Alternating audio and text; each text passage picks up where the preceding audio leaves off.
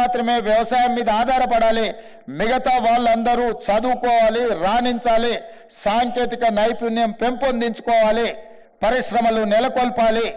అందులో ప్రధానంగా డిక్కీ నుంచి రవికుమార్ గారు మాట్లాడినారు, నర్ర రవికుమార్ గారు, ఇంకో సోదరిమణి మాట్లాడింది, మా దళితులకు ప్రోత్సాహకాలు ఇవ్వండి, మేము రాణిస్తాము అని అన్నారు. తప్పకుండా దళిత పారిశ్రామికవేత్తలను రాణించే విధంగా ప్రభుత్వ విధి విధానాలు కొనసాగిస్తాం, అవసరమైన ఆర్థిక సహాయాన్ని అందిస్తాం. మీరు పరిశ్రమలు నెలకొల్పడానికి అవసరమైన భూ కేటాయింపులు చేస్తాం. ఏ పరిశ్రమ పెట్టాలన్నా రాష్ట్రానికి పాలసీ ఉండాలి. ఆ పాలసీలో సబ్సిడీలో భూములు కేటాయించగలగాలి, సాంకేతిక నైపుణ్యాన్ని అందించగలగాలి, నిరంతర విద్యుత్తును సరఫరా చేయగలగాలి. సాంకేతిక నైపుణ్యం ఉన్న వాళ్లకు ఎంప్లాయీస్ని మనం ప్రొవైడ్ చేయగలిగినప్పుడు తప్పకుండా చైనాతో పోటీపడి చైనా కంటే కూడా గొప్పగా రాణించగలం. ఇలా కోవిడ్ తర్వాత ప్రపంచంలో వచ్చిన ఆలోచన విధానంలో మార్పులు చైనా +1 కంట్రీ అనే విధంగా. ఎందుకంటే సౌత్ కొరియా నుంచి మొదలెడితే US వరకు గతంలో వాళ్ళు ఇండస్ట్రియల్ రెవల్యూషన్ వచ్చిన చైనా మీదనే ఉత్పత్తులకు ఆధారపడేది. కానీ కోవిడ్ తర్వాత వచ్చిన పరిణామాలు, మార్పులు, అనుమానాలు చైనా కాకుండా ఇతర దేశాలలో కూడా పరిశ్రమలు నెలకొల్పాలి. ఆ పరిశ్రమల దగ్గర మా ఉత్పత్తులు, మాకు అవసరమైన ఉత్పత్తి అక్కడ జరగాలి అని ఈరోజు ఇతర దేశాలు ఆలోచన చేస్తున్నాయి. ఆ దేశాలన్నీ కూడా ఈ మధ్యకాలంలో నేను, శ్రీధర్ బాబు గారు, US, సౌత్ కొరియా చాలా దేశాల పెట్టుబడుల గురించి మేము మాట్లాడినాం, పారిశ్రామికవేత్తలను కలిసినాం. వాళ్ళ ఆలోచన ఒక్కటే, చైనాకు ప్రత్యామ్నాయంగా ఉన్న దేశంలో పెట్టుబడులు పెట్టాలి అని అనుకుంటున్నారు. నేను వాళ్ళకి చెప్పిన, చైనాకు ప్రత్యామ్నాయంగా భారతదేశంలో ప్రత్యామ్నాయం తెలంగాణ. చైనా +1 కంట్రీ అంటే దట్ ఈజ్ మై తెలంగాణ. తెలంగాణలో మీరు పెట్టుబడులు పెట్టండి, తెలంగాణలో పరిశ్రమలు ప్రోత్సహించే బాధ్యత మాది అని చెప్పడమే కాకుండా ఈరోజు ఫ్యూచర్ సిటీని డిజైన్ చేసినాము.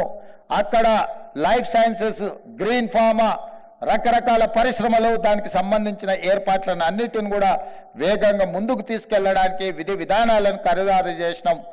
ఇవాళ తెలంగాణ రాష్ట్రం వడ్డించిన విస్తరిలాగా ఉంది. ఇవాళ ఔటర్ రింగ్ రోడ్డు మన అభివృద్ధికి ఎంతో సహకరించింది. ఔటర్ రింగ్ రోడ్కు ప్యారలల్గా రీజనల్ రింగ్ రోడ్ని ఇవాళ డెవలప్ చేయాలనుకుంటున్నాం. రీజనల్ రింగ్ రోడ్ని ప్రణాళికలు సిద్ధం చేసినాం. రీజనల్ రింగ్ రోడ్తో పాటు outer ring road to regional ring road, radial రోడ్స్ని డిజైన్ చేస్తున్నాము. తద్వారా లక్షలాది ఎకరాల వ్యవసాయ భూములను, పరిశ్రమలను నెలకొల్పడానికి, ఉత్పత్తులు పెంచడానికి ఉపయోగపడే విధంగా ట్రంక్ ఇన్ఫ్రాస్ట్రక్చర్ డెవలప్ చేయాలని చెప్పి ఈరోజు మా ప్రభుత్వం నిర్ణయాలు తీసుకున్నది. ఆనాడు హైదరాబాద్ నగరానికి తాగునీటి సమస్య వచ్చినప్పుడు కృష్ణా గోదావరి జలాలను తరలించింది కాంగ్రెస్ పార్టీ. అదేవిధంగా హైదరాబాద్ నగరంలో మెట్రోను నిర్మించింది ఆనాడు డాక్టర్ వైఎస్ రాజశేఖర రెడ్డి గారు ముఖ్యమంత్రిగా ఉన్నప్పుడు. ఇవాళ మెట్రోను విస్తరించదలుచుకున్నాం, తాగునీటి సమస్యల్ని పరిష్కరించదలుచుకున్నాం, పరిశ్రమలకు అవసరమైన విద్యుత్తును, నీటి సరఫరాను చేయదలుచుకున్నాం, పరిశ్రమలకు అవసరమైన భూములను కేటాయించదలుచుకున్నాం. ఆ భూసేకరణలో భూములు కోల్పోతున్న రైతులను భాగస్వాములను చేయదలుచుకున్నాం. ఇవాళ మూసీ అంటే మురికి కూపం కాదు, మూసీ అంటే ఒక ఇండస్ట్రియల్ రెవల్యూషన్ వచ్చిన ప్రాంతంగా డెవలప్ చేయాలని మూసీ రివర్ డెవలప్మెంట్ ఫ్రంట్ని ఈరోజు ముందుకు తీసుకొచ్చినాం. దానికోసం కూడా అంతర్జాతీయ కన్సల్టెంట్స్ను అపాయింట్ చేసినాం. తొందరలోనే హడ్సన్ రివర్ అమెరికాలో ఉన్నట్టుగా, థేమ్ రివర్ లండన్లో ఉన్నట్టుగా తెలంగాణ రాష్ట్రంలో హైదరాబాద్ నగరంలో మూసీ రివర్ని డెవలప్ చేసి ప్రపంచంలో పర్యాటకులందరూ కూడా వచ్చి మూసీని చూసే విధంగా, మూసీ అంటే ఒక అద్భుతం, మ్యాన్ మేడ్ వండర్ అనే విధంగా తీర్చిదిద్దాలి అని చెప్పి ఈరోజు మా ప్రభుత్వం నిర్ణయాలు తీసుకొని ముందుకు వెళ్తున్నది. ఎన్ని ఆలోచనలతోని రాష్ట్ర అభివృద్ధి కోసం మేము పాటుపడుతున్నాం, కష్టపడుతున్నాం. మేమందరం కూడా ఈరోజు కష్టపడుతున్నాం. కొందరికి అనుభవం ఉంది, కొందరికి అనుభవం లేకపోయినా కష్టపడాలన్న ఆలోచన, ఈ రాష్ట్రాన్ని అభివృద్ధి పదం వైపు నడిపించాలన్న ఆకాంక్ష మాకున్నది.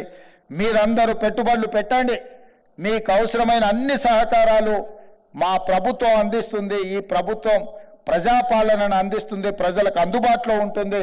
ఎప్పుడు ఎవరైనా ఈ ప్రభుత్వాన్ని కలవచ్చు. ఈ ప్రభుత్వం గడీల మధ్యన లేదు, ఈ ప్రభుత్వం ప్రజల మధ్యన ఉంది. ఈ ప్రభుత్వ కార్యాలయాల దర్వాజాలు బార్లా తెరిచి ఉన్నాయి. ఎప్పుడైనా మీరు రావచ్చు, మీరు చెప్పొచ్చు. మీరు చేసే విలువైన సూచనల్ని మా ప్రభుత్వం తప్పకుండా పాటిస్తుంది. ఎప్పుడైతే దళితులు, గిరిజనులు ఆర్థికంగా ఎదుగుతారో, మహిళలు ఆర్థికంగా నిలదొక్కుంటారో, ముఖ్యంగా ఆర్థిక వ్యవస్థ మహిళల చేతుల్లో ఉన్నప్పుడే ఆ కుటుంబం బాగుపడుతుంది. ఏ గ్రామంలో అమ్మ చేతిలో పెత్తనం ఉంటుందో ఆ కుటుంబం బాగుపడ్డది మేము కళ్ళతో చూసినాం. అందుకే 63 లక్షల మంది సెల్ఫ్ హెల్ప్ గ్రూప్ మహిళల్ని 1 కోటి మందికి పెంచాలి, 1 కోటి మందిని కోటీశ్వరులను చెయ్యాలన్న లక్ష్యంతోనే మా ప్రభుత్వం ప్రణాళికలు సిద్ధం చేస్తుంది. ఇదే శిల్పారామం పక్కనే నైట్ బజార్ అని చెప్పి 3 ఎకరాల పైన ఈరోజు ఆ ప్రాంతాన్ని సెల్ఫ్ హెల్ప్ గ్రూప్లకు కేటాయించిన వాళ్ళు చేసే ఉత్పత్తులను అక్కడ ప్రపంచానికి పరిచయం చేసే విధంగా, మార్కెటింగ్ చేసుకునే విధంగా 3 ఎకరాల స్థలాన్ని మహిళలకు కేటాయించి తొందరలోనే అక్కడ మహిళలు చేసే ఉత్పత్తి వాళ్ళ వస్తువులన్నిటిని కూడా అక్కడ ప్రదర్శించడానికి, అక్కడ మార్కెటింగ్ చేయడానికి మా ప్రభుత్వం ముందుకు వచ్చింది. 1,00,000 కోట్ల రూపాయలు జీరో వడ్డీతోనే మహిళలకు రుణంగా ఇప్పించాలి అని చెప్పి ఈరోజు మా ప్రభుత్వం నిర్ణయం తీసుకున్నది. మా ఆర్థిక మంత్రి గారు ఆ దిశగా ప్రణాళికలు సిద్ధం చేస్తున్నాడు. ఇదే కాదు, గ్రామీణ ప్రాంతాలలో ఉన్న పాఠశాలలన్నిటి కూడా గతంలో విద్యా కమిటీల పేరు మీద రాజకీయాలు ఉండే. నేను వచ్చిన తర్వాత ఒక కలం పోటుతోని రద్దు చేసి అమ్మ ఆదర్శ పాఠశాల అని చెప్పి సెల్ఫ్ హెల్ప్ గ్రూప్లలో ఉండే మహిళలు ఎవరి పిల్లలైతే ప్రభుత్వ పాఠశాలలలో చదువుతున్నారో ఆ తల్లుల చేతుల్లోనే ఆ పాఠశాల నిర్వహణ మొత్తం వాళ్ళ చేతుల్లో పెట్టినాం. ఈరోజు ఆ పాఠశాలలో జరిగే అభివృద్ధి కార్యక్రమాలు కూడా వాళ్ళతోనే చేయిస్తున్నాం. ఈ రాష్ట్రంలో ప్రభుత్వ పాఠశాలలో 30 లక్షల మంది విద్యార్థులు చదువుకుంటున్నారు. వాళ్ళకు ప్రభుత్వం 2 జతల బట్టలు ఇస్తే సగం అకాడమిక్ ఇయర్ అయిపోయినాక కూడా వాళ్ళకి చేరేటివి కాదు. గతంలో వేరే వాళ్ళకు అవి కుట్టడానికి ఇచ్చేది. అన్ని రద్దు చేసి ఈ మహిళా సంఘాలకే అప్పచెప్తే స్కూలు తెరిచిన మొదటి రోజే 30 లక్షల డ్రెస్సులు వాళ్ళకు మొదటి రోజే అందించి ఈ మహిళలు పారిశ్రామికవేత్తలుగా రాణించారు.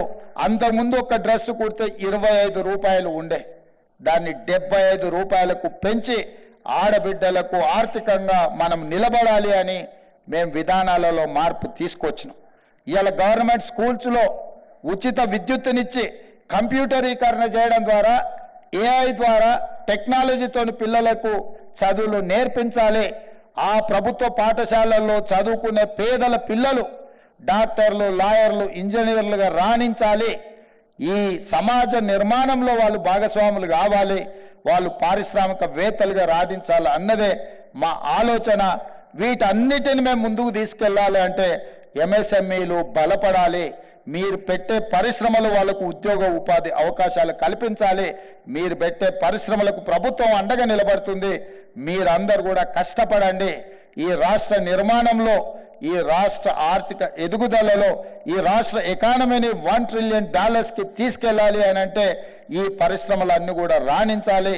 ఈ పరిశ్రమలకు సంపూర్ణంగా మా ప్రభుత్వం సహకారం అందిస్తుంది. ఒక ఎంటర్‌ప్రెన్యూర్, అన్ని రకాలుగా అవగాహన ఉన్న వ్యక్తి ఈ శాఖకు మంత్రిగా ఉన్నారు.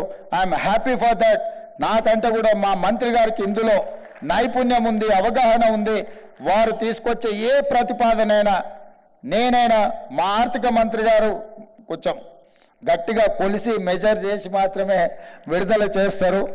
ఇది ఖర్చు కాదు, ఇది పెట్టుబడి. ఈ పెట్టుబడి మరింత పెట్టుబడులను పెంచుతుంది. ఎంఎస్ఎంఈలకు ఇచ్చేది మనకి ఎక్స్పెండిచర్గా, దిస్ ఈజ్ అన్ ఇన్వెస్ట్మెంట్ చేయడం ద్వారా పరిశ్రమలు బలపడతాయి. ఆ బలపడ్డ పరిశ్రమలు మళ్ళీ మీకే పన్నులు కడతాయి. ఈరోజు 3 లక్షల కోట్ల ఉన్న మీ బడ్జెట్ తొందరలోనే మీ టెన్యూర్లోనే 7 లక్షల కోట్ల రూపాయలకు చేరుతుందని నేను బలంగా నమ్ముతున్నాను. 2028 లోపల తప్పకుండా మీరు 7 లక్షల కోట్ల రూపాయల బడ్జెట్ను ప్రవేశపెడతారని నేను సంపూర్ణంగా నమ్ముతున్నా. అందులో వీళ్ళందరి భాగస్వామ్యం ఉంటుందని చెప్పి నేను సంతోషంగా తెలియజేస్తూ మీ అందరి దగ్గర సెలవు తీసుకుంటున్నా మిత్రులారా.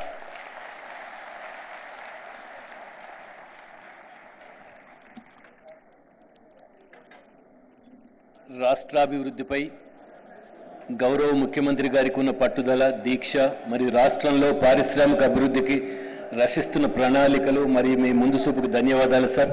ఇప్పుడు vote of thanks by Raj Kumar, Additional Director. Respected Honorable Chief Minister, sir. Respected Honorable Deputy Chief Minister, sir. Respected Honorable Industries Minister, sir.